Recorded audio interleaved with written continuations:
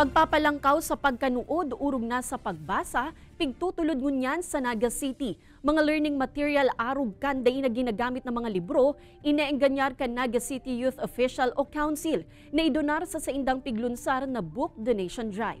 Uyan report ni Chris Novello.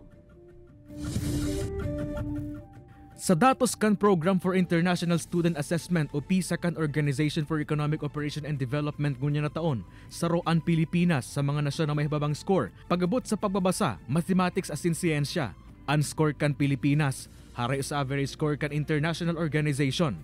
Katakod kay ni, nga ni mapalangkaw pa ang pagkanood sa pagbabasa kan mga kaakian, sarong book donation drive ang piglunsar sa Naga City. Lahat ng area para mag-develop ang isang bata, kailangan natin pagtuunan ng pansin. And isang area ay ang education. Kasali sa education empowerment ang reading comprehension and language literacy.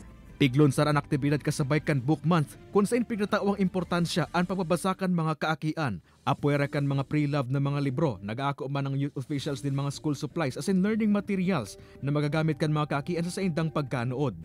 Encourage na po ang gabos na gusto po umawat mag-donate na sana po ang i-donate ito talaga mga children's materials. Bako lang po itong mga basta-bastang mga libro na siguro na nagagamit sa harong. Plano man kaini na magkaigwaning reading sessions para mas maengganyo pa ang mga kaakian na magbasa para masukulan sa indang pagkanood. Kay baran si Carlo Abunita, Chris Novello, Balitang Bicolandia.